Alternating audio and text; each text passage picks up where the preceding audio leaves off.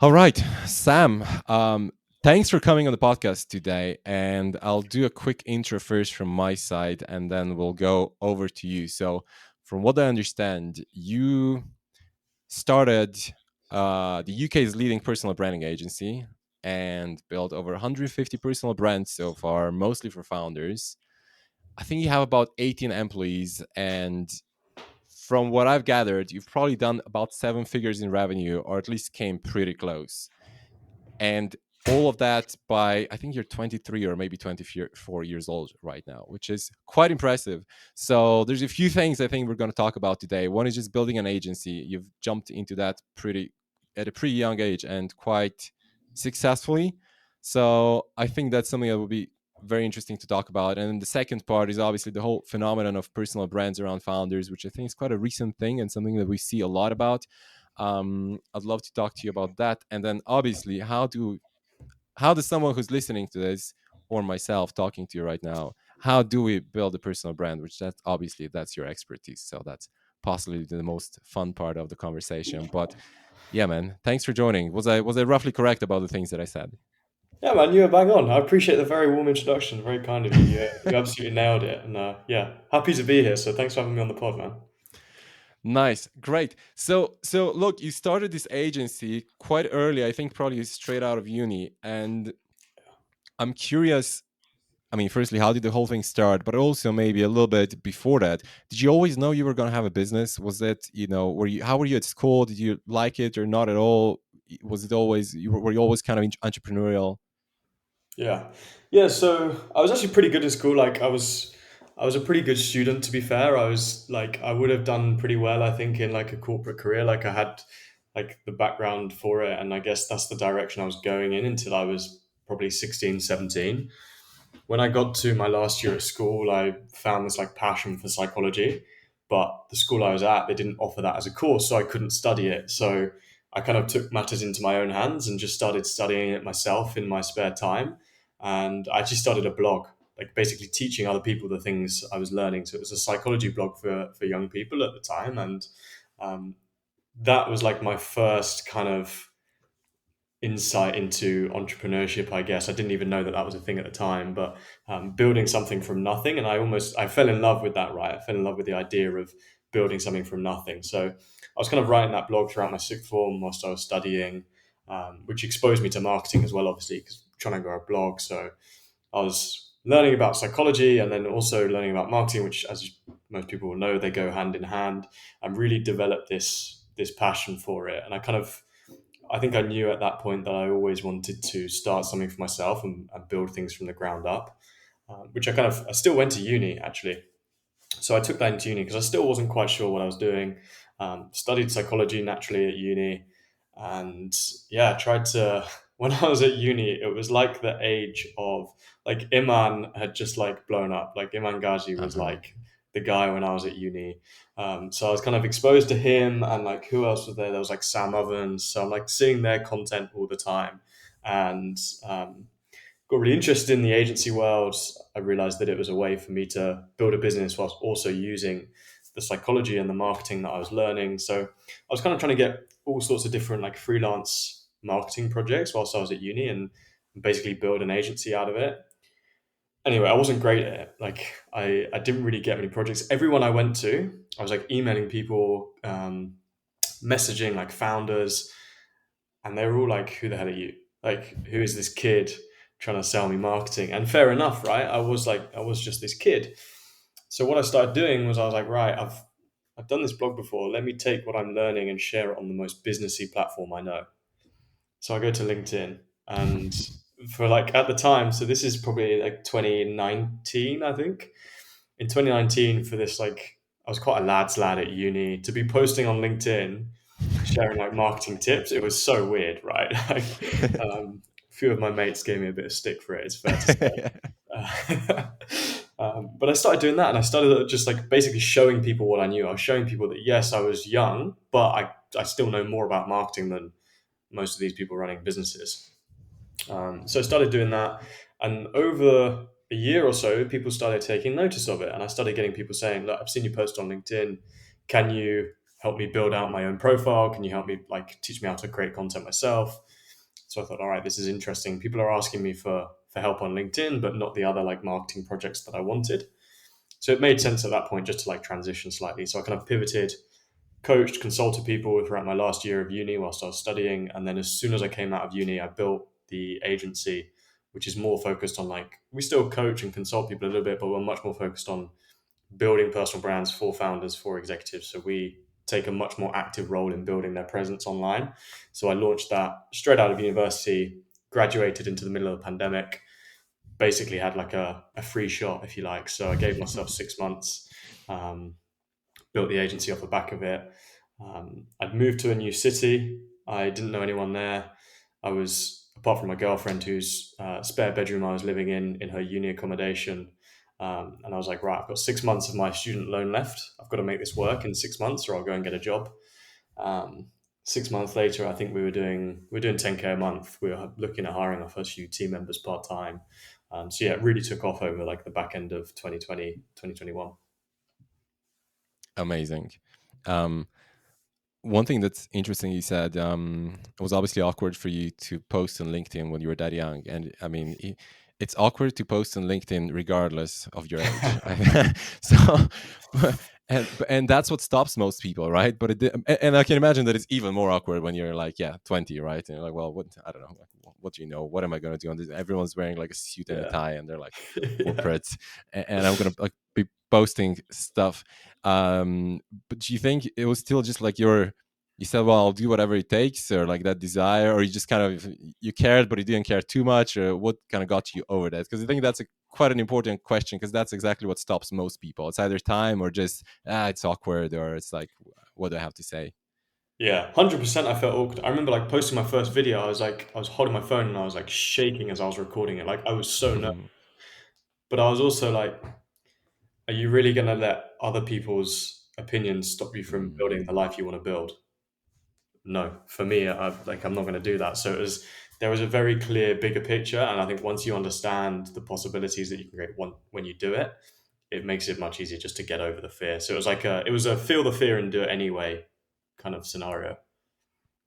That's a good one. I think that's the way you need to approach it, because I think too many people think, maybe especially when you're younger, or maybe forever, that some people just don't have fear, right? And they do it because they don't have fear. But it's the opposite. I think people just do things despite the fear, right? You're like, well, yeah, this is scary or this is weird, but I'm just gonna do it anyway. So you acknowledge that, and then you almost take that as a sign that you should do it, right?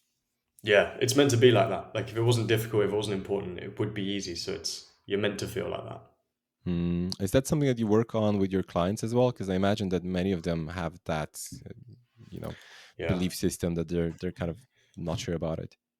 Yeah, so a lot of people come to us and like there's a certain amount of almost like therapy or coaching we have to give them through the Hmm. process. We always joke with our clients, we're like, you pay for the personal branding and the therapy comes free. Because we kind of have to like get them used to putting themselves out there and they're like worried about how they're going to come across, and we have to like reassure them that actually no, like you've got to show that you're confident. This looks right, because you, whenever it's you posting, you overthink it. Like you think about it way too many Hmm. times.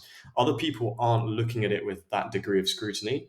They're reading it and getting value from it and moving on. So yeah, we definitely have to like coach people through it.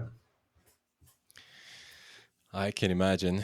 So now, obviously, so now you got the agency running, and it's going well, and it's grown a lot since the start, and you're also building your personal brand, so you get like tens of thousands of followers on LinkedIn. And I think you're starting another agency that's focused on LinkedIn sales, or LinkedIn outreach, I suppose, like an LinkedIn kind of agency. How do you structure your days in general? Yeah.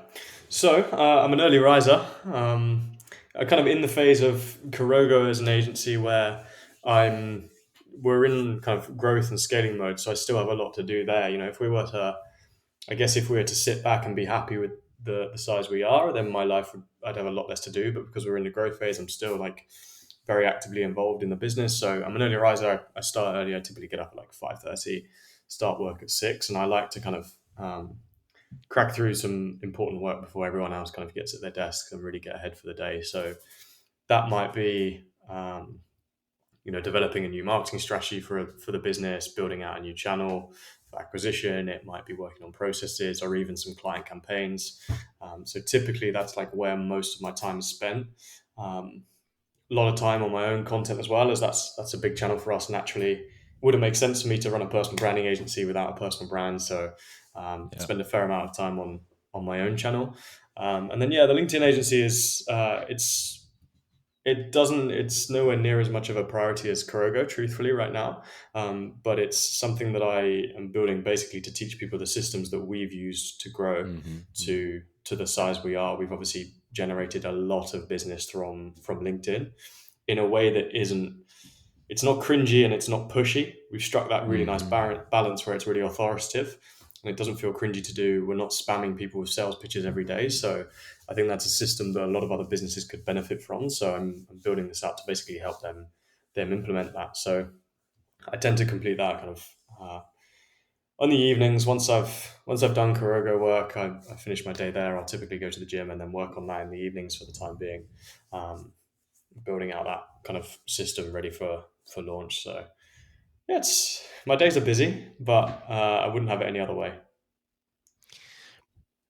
So you mentioned before you moved to London, you lived somewhere else. How did you go about settling in a new city? And especially, I guess what I mean by that is I always talk about how network is really important, and the people you surround Mm. yourself with, both for just for business in general, but also just mindset and peer group and someone to hang out with. How did you go about that?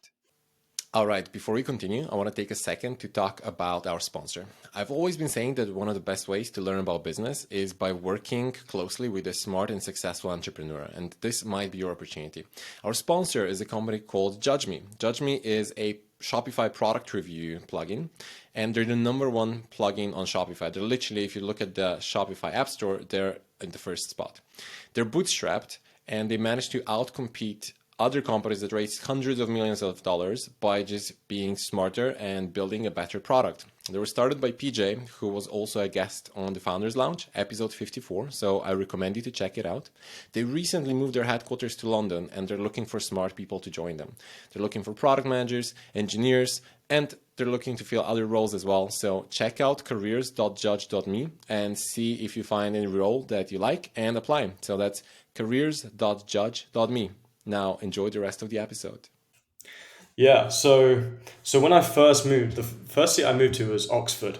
When I started the business, and that was great because I knew nobody, right? And I had 6 months of just like pure focus.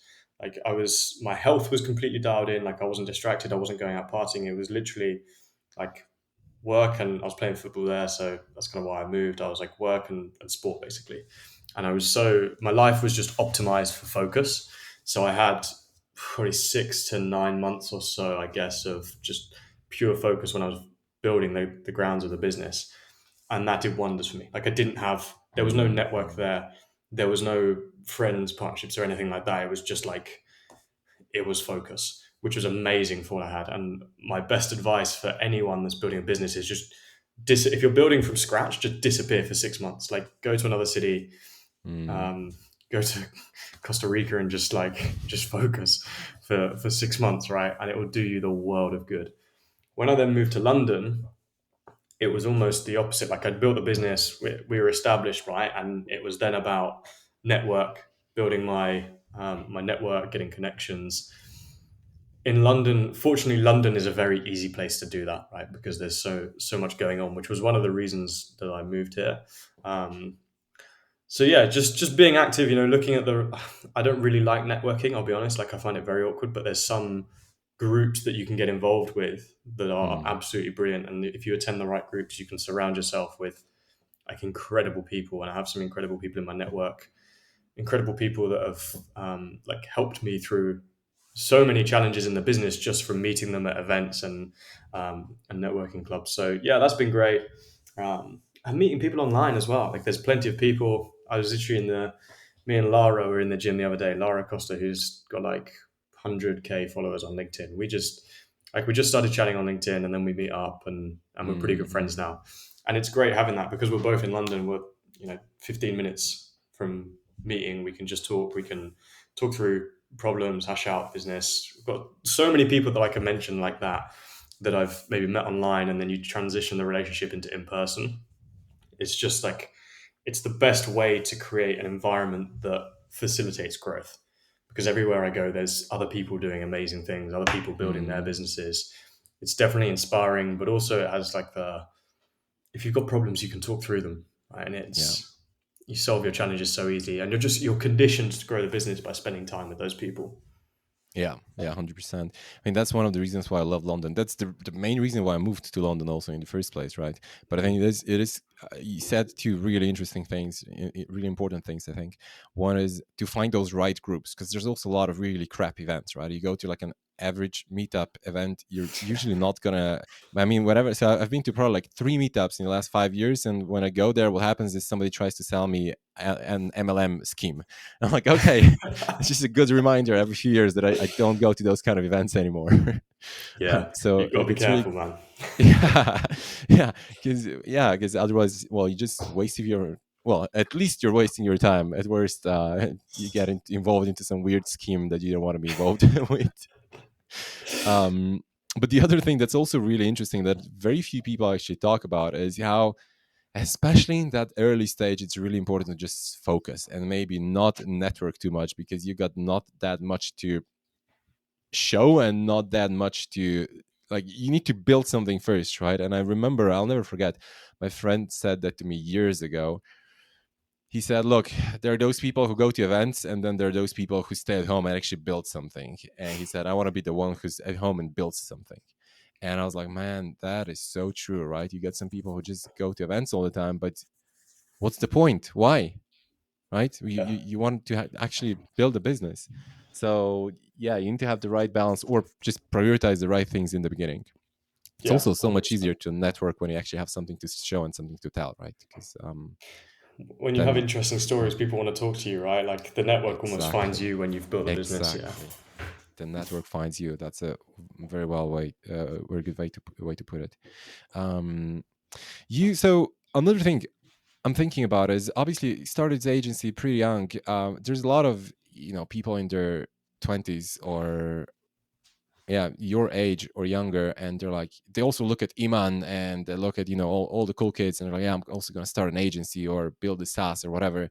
But they don't, right? Most people don't, and most people don't even start, or they start, but it usually takes, I think the average age of a successful entrepreneur is like 45 or something, right? um do you notice, when you look at your peers, do you think different? What do you do differently? that's a great question. I think about this a lot. Like I analyze the most successful people I know, and I'm like, what is it that they do? Is there something within their like? Is it a trait? Is there a personality trait or a skill they have? Was it Mm, timing? I analyze this a lot, and one thing I come back to time and time again is that like everyone has goals. Right? Like you mm, speak to everyone's got goals for this year. Every kid wants to build the agency or the SaaS, and they think that the goal alone is enough to warrant success. They think because I have this goal, I will achieve it. I deserve the success. No, everybody has the goal, right? Why does not everyone achieve it? Well, because not everyone has the habits and the systems in place to do it. Okay, so the difference that I seem to find between the ones that do achieve it and the ones that don't, firstly, is like habits and systems. They are the kind, mm, before having the goal, they are the kind of people that achieve their goals, right? So, for example, we might have the same goal of I want to hit 100K a month in the business. Well, the person that has the habit of maybe it's like waking up early, focusing, um, not getting too high with the highs, too low with the lows, the person that makes the habit of doing outreach every day, like that person is going to achieve it because they've got the building blocks, they've got the habits and systems in place. Whereas the person that just goes, yeah, I'm going to build a 100K a month agency, doesn't have a plan, doesn't stick to the plan if they have one, doesn't have good habits, like they're never going to achieve it. So I really believe you're a product of your habits and the things that you do day mm. to day. And there's little things that I observe in a lot of the most successful people. Um, that that kind of warrant their success, if you like. I guess the other thing is a state of being, right? So the most successful people I know, they have this remarkable knack for making things happen. First of Mhm. all, they are just I wish I had a more scientific explanation for it. But everyone that I meet that is successful has a remarkable knack for making stuff happen. Like if they need something in the business, they will find a way to make it happen. It's that resourcefulness. They're also typically very resilient, so Hmm.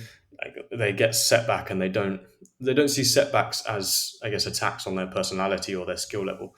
They just see them as events that are happening. They're very like emotionally neutral about it. So again, like they're not getting too high with the highs, they're not getting too low with the lows. They just see things as very, very neutral, and they're able to maintain that like neutral level of thinking. So yeah, I guess there's two things there, right? There's like the state of being unwavered by events and being able to keep like a steady state internally through all the things that happen in business, good or bad. And there's also being the kind of person that actually makes things happen and gets things done, and has good habits that you stick to. Do you think a lot of that was natural to you, or did you learn it over time? A bit of both. Some was definitely natural. I've been conditioned to work hard by my environment. Like in school, I've got to give a lot of credit to my parents. Like the way they raised me was like to work hard. Even before I knew what entrepreneurship was, I worked very hard in school to get good grades. When I played a lot of sport as a kid. I always worked hard. So I was naturally conditioned to work hard. But things like not getting, like staying emotionally balanced, that's something I've had to learn. Um, Understanding like basic habits that you should have every day, those sorts of things, definitely learned as well. So I think some of it is inbuilt and innate. Some of it you can develop over time. Hmm. I talk about it sometimes, and I think one of the best ways, it certainly helps if you just are like that, right? And some people are, and that absolutely helps. But one of the best ways to learn that is, in my experience, by surrounding yourself with people who are like that, and then you start picking up those patterns, right? So I often say, yeah, if you want to start a business, one of the best things you can do is, other than just starting, maybe the second best thing is go work very closely with a successful founder, right? With somebody who you admire, who you think they're successful, you think they're kind of going in the direction that you want to go. And I think that's invaluable. That's, the best thing you can do for your growth, because you can read books and watch courses, and there's certainly things that you learn from that. But man, I don't know, in person you just see that real raw thing, how it's happening, and you see it over and over and over again. And like resourcefulness, for example, that you mentioned before, right? That's something that's just hard to explain until you see it 20 times in action, and you're like, ah, okay, that's how he does it or she does it. Oh, that's how that works. Okay. And then next time when you're in that kind of situation, you're like, huh, okay, let me how would that person do it? Yeah, they would probably do this, and you start picking it up and figuring it out. So Yeah, that's 100%. We're super fortunate that like it's probably the best part of our job, right? We work with some incredible founders, like 7, 8, 9 figure companies. The the thing I'm most blessed with in work right now is just access to those people. Like we speak to them pretty much daily, and you can just see like what the 7 figure guys do compared to the 8 figure ones, what the 8 figure ones do, what the 9 figure ones do, and just observing that little things that you pick up, it's gold.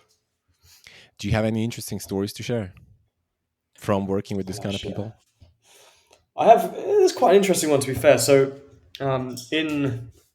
in May, I can't say who they are because of like they're a current client. Like I don't want to disclose their info, but I signed my dream client right in May last year. Like my dream client, someone I looked up to in the agency world. Like runs an incredibly successful business. I was basically like building a lot of our model off theirs, and I managed to sign them. Right, they what I've learned through working, I can see exactly why they are where they are just from who they are as a person. Mm, Like they are incredibly demanding.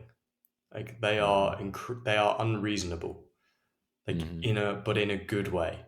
Like they demand the best. They like every single piece of content, every single email has to be the best piece of work we can possibly produce. And they are so demanding and so their standards are just so high. So like this is quite funny. I will spend so much time perfecting work for them, like trying to deliver as much as possible, getting the team involved in like producing really really high quality stuff, putting loads and loads of effort into it. And when you send it to them, it's just like they just expect it. It's not like, oh my God, thighs, thanks so Yeah. much, this is amazing.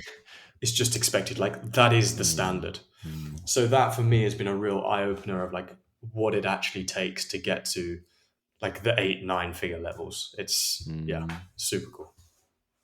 And that's so powerful, figuring out what it takes. Because I remember when I was younger, I was asking myself that question so much. I was like, what does it take? I don't know, because I haven't seen it, right? I haven't experienced it. What does it actually take to build that successful business and take it to 7, 8, 9 fingers? Mhm. Um, and yeah, man, really, it's like the only way to figure it out is just be there and see those people who do it. And because also there's one thing that people show on the surface, right? Like when you read books or when you follow people online, there's some reality, but there's also always a bit of a, the show that you want to, show publicly, right? But when you're in there, right? That's when you get the reality. So Yeah. yeah. um right, so okay, so last year the company was already pretty big. Probably had to make some first, well, maybe not first, but some difficult decisions. Generally, when the company grows, the bigger it is, the bigger the headaches are as well, right? Yeah. What were some highlights, or maybe let's start with that. What were some of the things that were the major growth moments for you guys? Mm.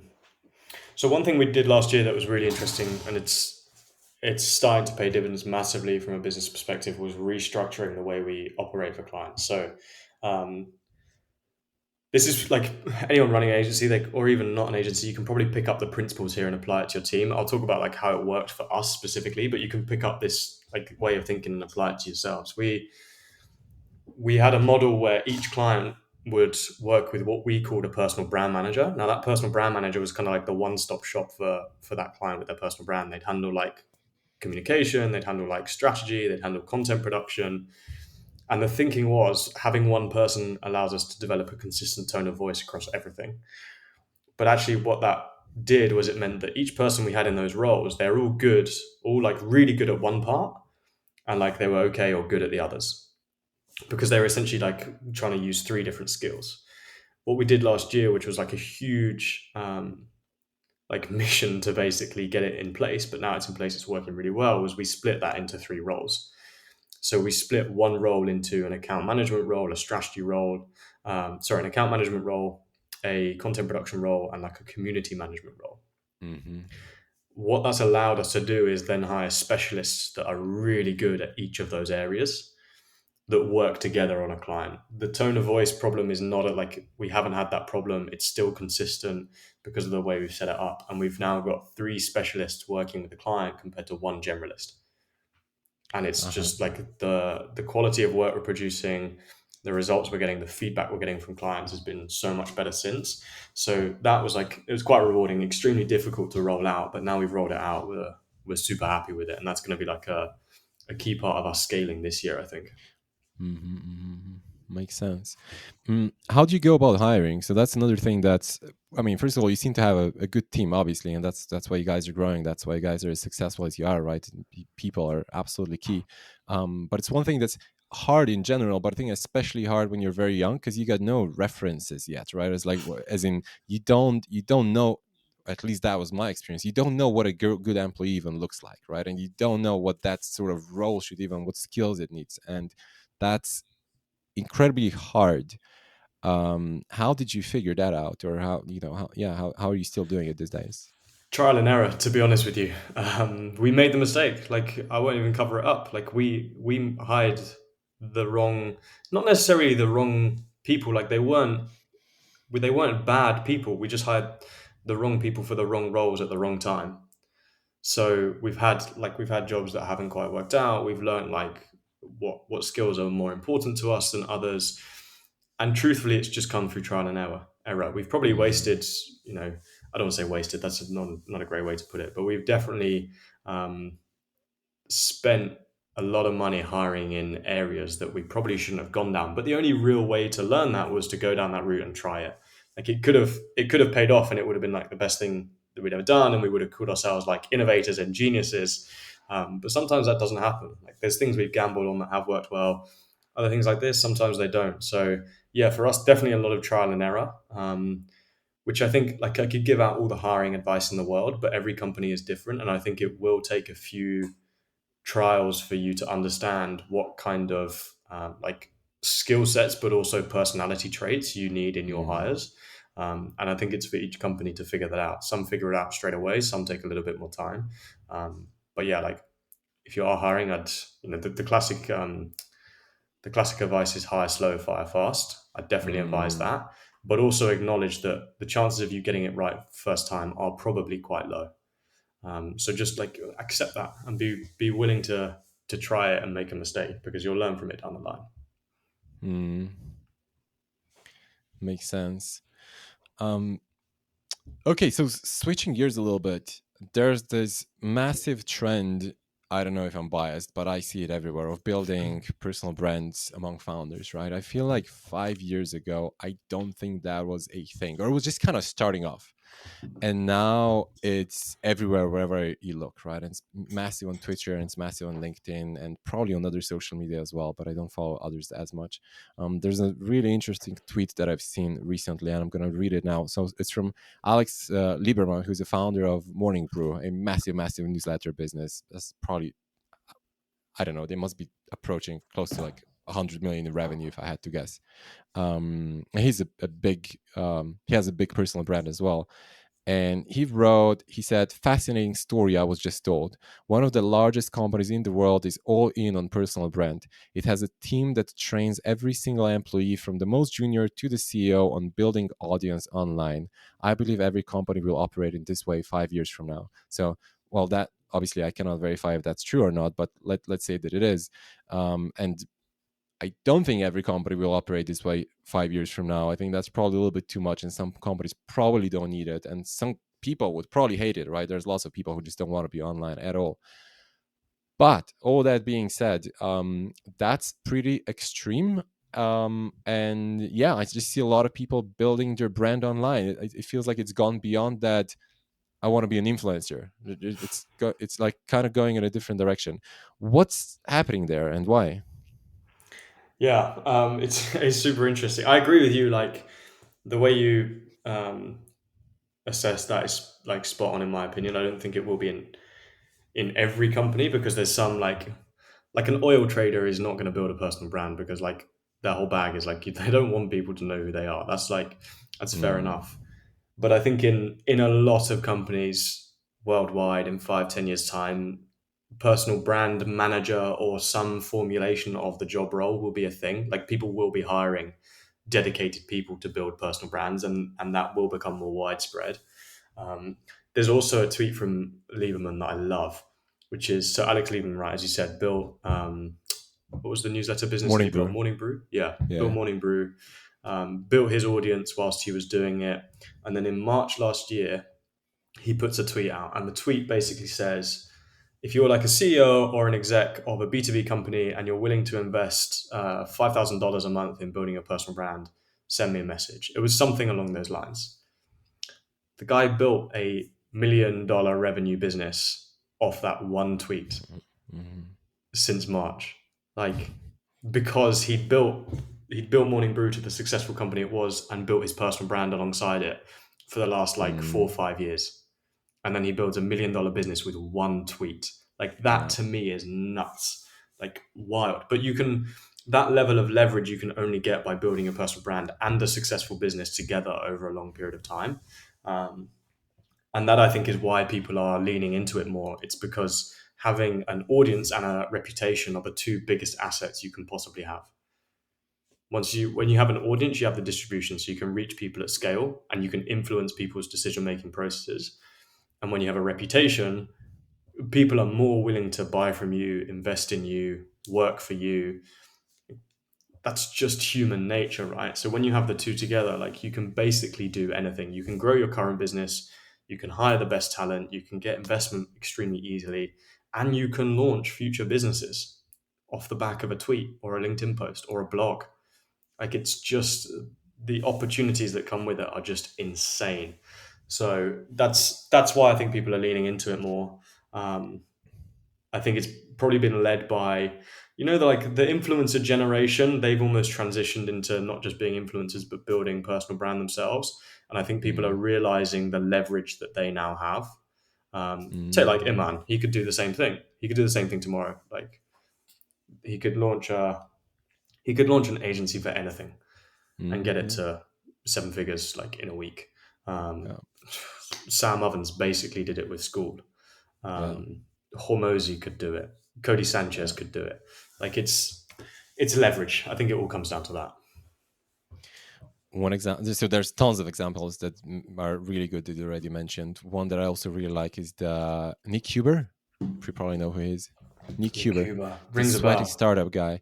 The reason why I love him is, well, so there are things you can love and things you can hate about him. So he is very good at being very controversial. So that's the part that I couldn't. It's not my angle, right? That's just not the way I roll, I guess. But he pushes out these very controversial tweets that are, he agrees with them and they make sense, but it's also the kind of stuff that he knows is just gonna get crazy viral because everyone wants to comment on it and everyone wants to say that he's wrong or that, whatever, whatever. But the guy built, I don't know, hundreds of thousands. I think I have to check, but he probably has like close to 500,000 audience on Twitter, right? Which is pretty large. And then he's building a newsletter on top of that, and now he's just launching business after business after business on the back of that audience. And he probably has 10, maybe 15 different businesses at this point, which he launched all of that in the last, I want to say, 12 months, maybe 2 years. He started with one business, right? And that was going well. And he just started tweeting about that, sharing that. Now, in the last, yeah, let's say 12 to 24 months, he's just gone crazy. And he launched an SEO agency and an Google Ads ad agency and some kind of real estate insurance business and bunch of other stuff. I don't even know. I don't follow anymore what are all the things. But that's crazy. And some of it is not going to work for sure. But that distribution that he gets, he could just get the thing going, right? He finds somebody to be the CEO of that company. And by pushing it out through his audience, I'm sure he gets the first, tens or maybe hundreds of leads that come in. And that's how you get the first testimonials and you set up the whole business and first referrals and it goes on from there. So I think he's going to build an empire on the top of his primarily just Twitter brands and putting out that kind of crazy controversial content. And it's amazing to see It's that. mad, isn't it? Yeah. Thing is, there'll be people listening that are going like, "Oh, it's unfair," or "You shouldn't be able to do that." Like, if you've built that audience, you deserve that leverage, in my opinion. Yeah, Like, yeah, this isn't yeah. something. It looks like they're building overnight agencies, but it's 10, 20 years of firstly being Mm, successful in business, but then yeah, building your brand as well behind it. You mentioned something earlier when you were like talking about like network, right? Like build a successful business before you build your network. yeah. It's the same with personal brand. Like a lot of people, if you don't have a business yet and you don't have clients, don't build your personal brand. Like Mm-hmm. you've got to have a story or a body of work or some success first to basically have a reason why people should listen to you. And then once you've got that, then go and build your personal brand. It's the same thing. Like build the business, then the brand. So that's a good segue into the next question then, which is how do you do it? Yeah, so somebody who wants to, let's say somebody who has a business, and they see the importance or the opportunities that come from building a brand. What's I don't even know. What's step one? I guess. Yeah. So step one is to figure out what kind of reputation you actually need to build in the first place. So this is a reputation game, right? We call this positioning. So it's like how are you positioned in the industry? What kind of things in let's say 12 months time or 5 years time, if you were to ask a member of your audience how they would describe you, what sort of things would you want them to say? You want to be able Mm-hmm. to like predict that with fairly good accuracy. And if you can write it out in a sentence, then that's like gold for you because it shows you the reputation that you need. That might be like you can reverse engineer it if you run a business, right? So for me, it's like I'll use another example. Like if I run an SEO agency, for example, the way I'd think about it is like, right, if I want to run the best SEO agency in the world, what kind of reputation do I need to have? Well, there's a few things that people need to believe about me. They need to believe that I'm an expert in SEO. Let's say I'm an SEO agency for D2C brands. They need to see me as an expert in the D2C space. They need to see me as somebody that is good at building relationships and trustworthy and they can work with. So I'm kind of listing out all these things that I need to be seen as, and then I can then start working on producing content that's going to position me in that way. So that's the first thing I do: get clarity on like the end goal of where I actually want to get to, how I need to be seen in order to get results. That will evolve over time. So like take Alex Lieberman, or you take like Sal Bloom. The reputation and the positioning that they have now is not the same positioning that they would have set out in the first place. That's fine. But when you start, you at least need to have an idea of the direction that you're going in. Once you do that, what you can do is basically start putting that reputation out there and building an audience around it. And the way you do that is typically with content. It's probably the easiest way to do it. Publish content on LinkedIn or Twitter, share advice around the topics that you want to be seen as an expert in, and start building an audience. You want people to follow you because of your advice. So yeah, share your advice, share your opinions. There's other ways you can do it as well. You can land features in the media. So like press is another great way. You could use ads if you've got like the budget up front to run ads. You could do that, or you can do like things like, truthfully, a podcast appearance. Right, it's another way to do it. Um, so like you just need different. You basically need traffic channels, and you need to share high Hmm. value content to drive traffic to follow you. And that's when you get to a situation where you can monetize your audience with a tweet or a LinkedIn post. What about the time that it takes? So one thing that I hear often from people, and it's certainly something that I'm struggling with myself as well, is always it's like, well, content takes a lot of time, and like I need to think about it, and then obviously I overthink it. Right, when it's ready to publish, then it's need to take a lot of time to overthink if it's good enough, and then and it's taking focus away from the core business, right? Typically. Mm. Yeah. So I guess the first thing to consider is like, is it a priority right now? If you haven't built the business yet, then don't build personal brand. If you have built the business yet, then personal brand should be the priority because it's one of the best channels to grow your business. So like making it a priority is key. Best advice I give to all busy founders is just allocate an hour on a Friday, the end of the week on a Friday, reflect back on the week, think about the conversations you had, maybe the trends you saw, maybe any results you got, anything you did in the week that's of interest. Just spend an hour reflecting on that and writing content, and batch as much content as you can in that 1 hour. Hmm. Don't try and, I guess another thing, right, is don't try and do five TikToks, five reels, like 20 tweets, five LinkedIn posts. Don't try and do all of that in one go. Pick a channel, just stick to one channel at the start. Spend that hour batch producing content for that channel for the next week. Don't try and do it like every day. So don't try and write Monday's post on Monday, Tuesday's post on Tuesday, and so on. Just batch produce it in one go and then schedule it so you don't have to think about it throughout the week. That's like the simplest and most effective strategy I have for getting busy people to produce content on a consistent basis. In terms of overthinking it, like you you don't decide what's good content. Like your audience Mm. decides. The I guess the algorithm to an extent decides as well. So there's a certain element of editing that you want to do, of course, to make sure you think it's high quality. But ultimately, the market is going to decide how good the content is. So put it out there and just look at the data. And if the data says it's good, it's good. Do more of that style of content. If it doesn't perform, then you can lean away from it next time. Um, so yeah, I'd let the algorithm do the thinking for you, I guess. Hmm. One thing that you said that I think is also really interesting is just reflect on the week, right? So instead of instead of thinking, oh, what can I, what's the kind of content that would be interesting? What's the I don't know, what topic do I want to write about or talk about next? It's more about just like what happened in my week and kind of talk about that. I think that's probably an easier way to find content or to find those ideas rather than, yeah, I don't know, trying to figure out what's going to be like what's the topic of the next blog post or something, right? Yeah. um and then probably there's the channel thing as well, so that's an interesting one because which channel do you want to focus on? Do you look at that more in terms of which one is the right one for your customers, or do you look more at the what's the right fit for you in terms of personality and what you want to work on? Because it's completely different, Twitter versus LinkedIn versus say doing a podcast or TikTok or stuff like that, right? Yeah. So the first question is the goal customers or clients? If the goal is customers or clients, go to where your customers and clients are and just build there. If the goal isn't necessarily like customer or client acquisition now and it's just reputation and it's just audience, then place your strengths a little bit more. So like if you're great at video but a terrible writer, Twitter's probably not best for you.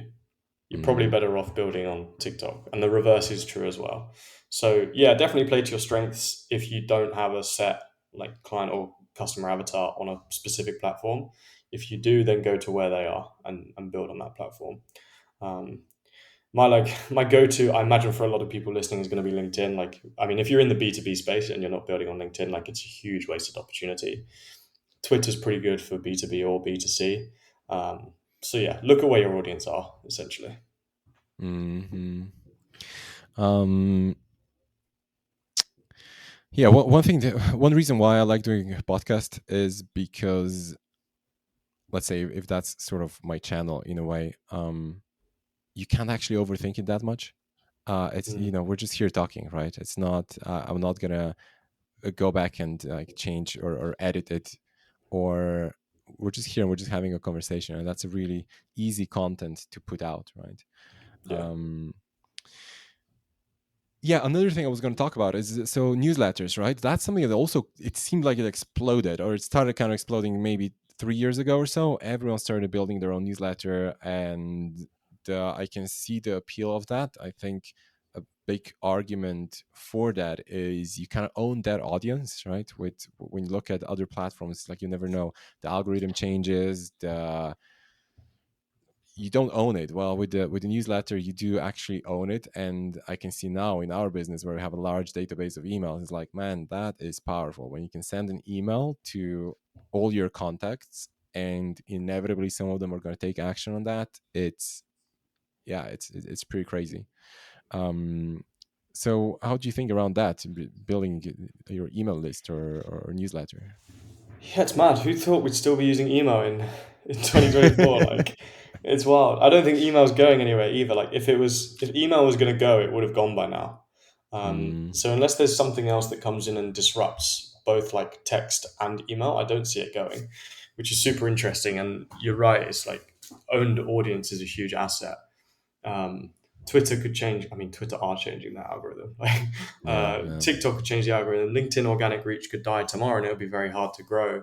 Um, LinkedIn is notorious for banning accounts just randomly. It happened to me before.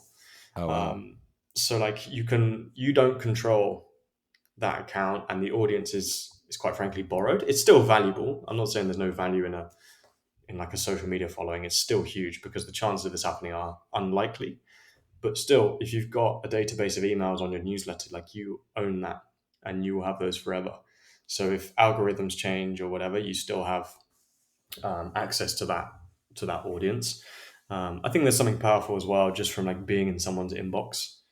The familiarity that you can build, like it's something that people look at every single day, and if you can be in their inbox when they open it every day or 3 times a week, the familiarity and trust you can build with the right email is huge. So um, and again, like it's also an indication of, I guess, commitment to following you. Like following someone, liking someone's post on social media is very, very low commitment. Following someone is slightly higher commitment, but giving someone mm, your email address is higher commitment. So it's a more mm. meaningful interaction, I think. So if you can get those meaningful interactions, it's a good indication of how strong your personal brand is and how much, I guess, brand equity you have. Mm. So it's interesting, the way how Nick Huber does it, the guy I mentioned before, right? Mm. He shared his whole strategy at some point, because that's what he does, right? He shares everything that they do in their business or businesses, and he pushes out this controversial tweets that I was mentioning before, and that gets millions. I think at his scale, probably like tens of millions of views. And then after those controversial tweets, he'll put out something more businessy, right? And that's when all the because the way how algorithm works apparently on Twitter is after Twitter realizes that you had like one tweet that went viral, it's automatically going to start showing your tweets to the people who saw or who interacted with the first tweet, even if they don't follow you, right? So you put something out, gets seen by 10 million people. They don't all follow you, especially if they disagree with you, right? They're like, well, what's this jerk saying? That doesn't make any sense. I'm going to click on it because I want to see the comments or whatever, or I want to tell him that he's an idiot, but I'm not going to follow him. But then after that, when one of the tweets goes viral, he'll put out something more businessy, something that shows that he's actually, a smart guy and a successful guy.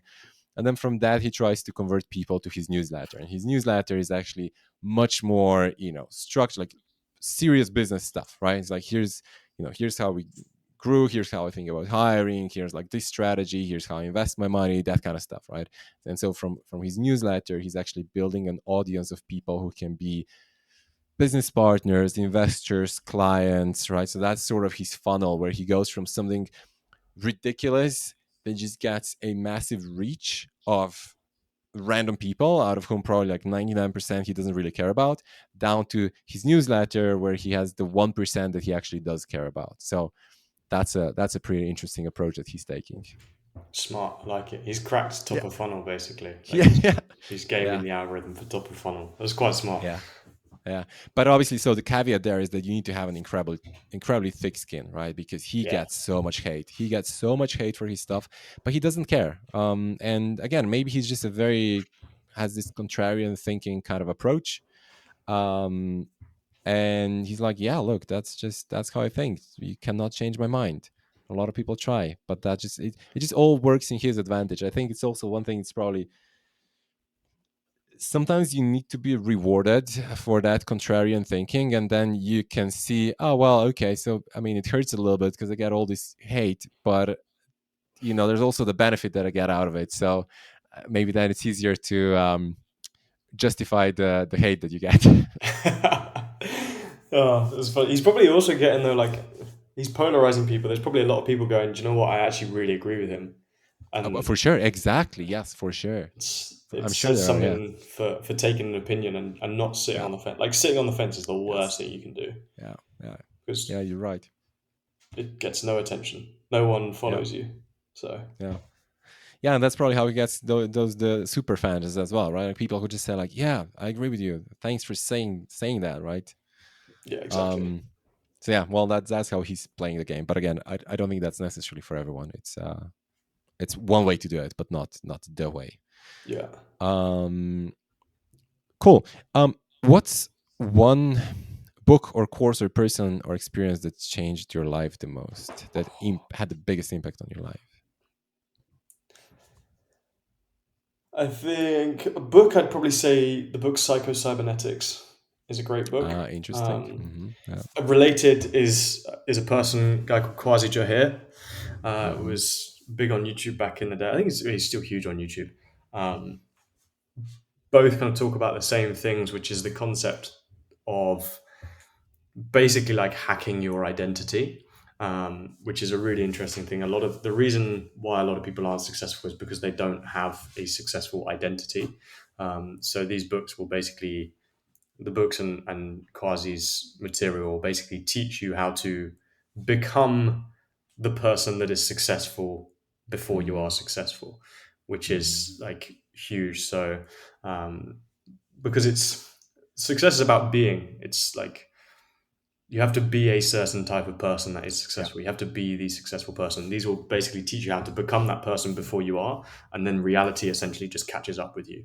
Which is, Mm-hmm. it sounds quite woo woo, but like it legit works. It happens. It's true. So for me right now, there's like the identity that I'm trying to create for myself is like the 10 million pound Sam. So like Mm-hmm. I am Mm-hmm. trying. Mm-hmm. So what I think is like in each scenario, I'm like, how would 10 million pound Sam, meaning the Sam that's making worth 10 million or making 10 million, how would that Sam think? Or what would that Yeah. Sam do here? How would they Yeah. react? And because I'm almost embodying that identity now, I'm doing the things that somebody of that caliber would have, and it's going to get me there. So, Yeah. yeah, huge proponent of that.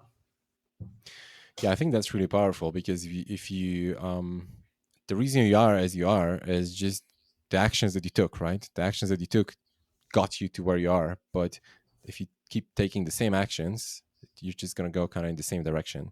Yeah. But to get to that next level, you probably need to take different actions. You need to think different. You need to be a different person, have a different identity. Yeah. Yeah, they're so interlinked. Like the person you are determines the actions you take. Like if you take going to the gym, right? That's an action that a successful person would do every day. But the successful person does that because they are the kind of person that sticks to their commitments. They are the kind of Mm, person that values their health. That's why they go. Whereas the person that says they're going to go to the gym every day but doesn't, they are not the kind of person that sticks to their commitments. They're probably breaking a load of other commitments. Like they're probably saying they're going to eat healthy and then like scanning chocolate in the evening and stuff like that. yeah. Yeah. And then we come back to surrounding yourself with people who are actually successful or who are a few steps ahead of you, right? Because Yeah, that's how you see that, and that's how you can model that, and kind of follow their steps. exactly. Um, what are some principles that you live by? I appreciate that might be a hard question, but maybe not. No, I have a few key principles I live by. They're written down on my phone, actually. I have a note of all of them. One of the big ones is do more than what you are paid for if you want to be paid for more than what you do.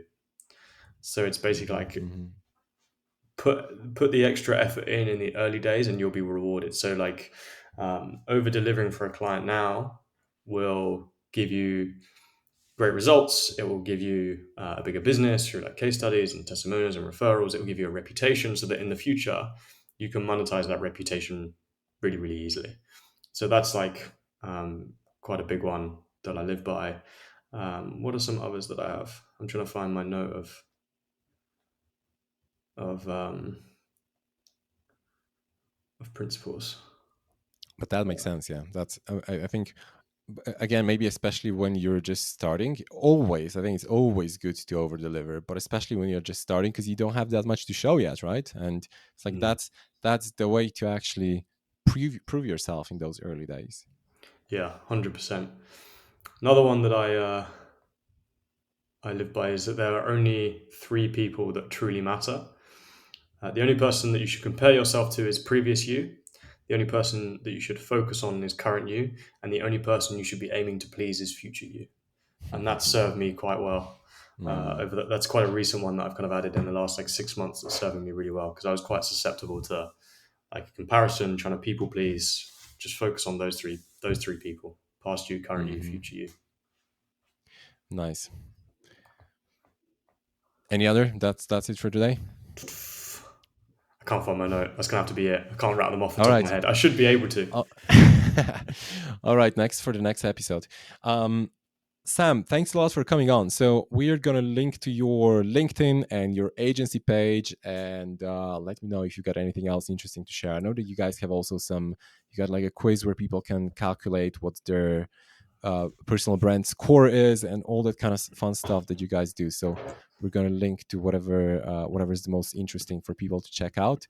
Obviously, your LinkedIn, where I think you share quite a bit on how to build a personal brand and that sort of stuff. So anyone who wants to dive deeper, that's probably one of the first action steps that they should take, as well as work with you if they want to really take it seriously, right? Yeah, 100%. No, I appreciate that. LinkedIn's the best place to find me. Pretty active on there. You can find the personal brand quiz through the link in my profile. So head there. Cool, nice. And before I forget, so everyone who actually listened to the end, thank you very much. If you can click that like button or share, I would really appreciate it. So last year or the year before, this podcast was in top 15% most shared podcasts on Spotify globally. And I'm much more serious, and I've hopefully gotten better at everything over the years. And I think we can get to top 5% this year. So that's my goal for the podcast. That's one of my big 3 goals for this year. So everyone who's listening, if you listen till the end, if you liked it, then that's how you can help. Just subscribe and share, or give the algorithm what it likes, so that we get those share scores and we can get in the top 5%. Sam, thanks for coming on. Thanks so much for having me, man. Really enjoyed it. Likewise. Take care.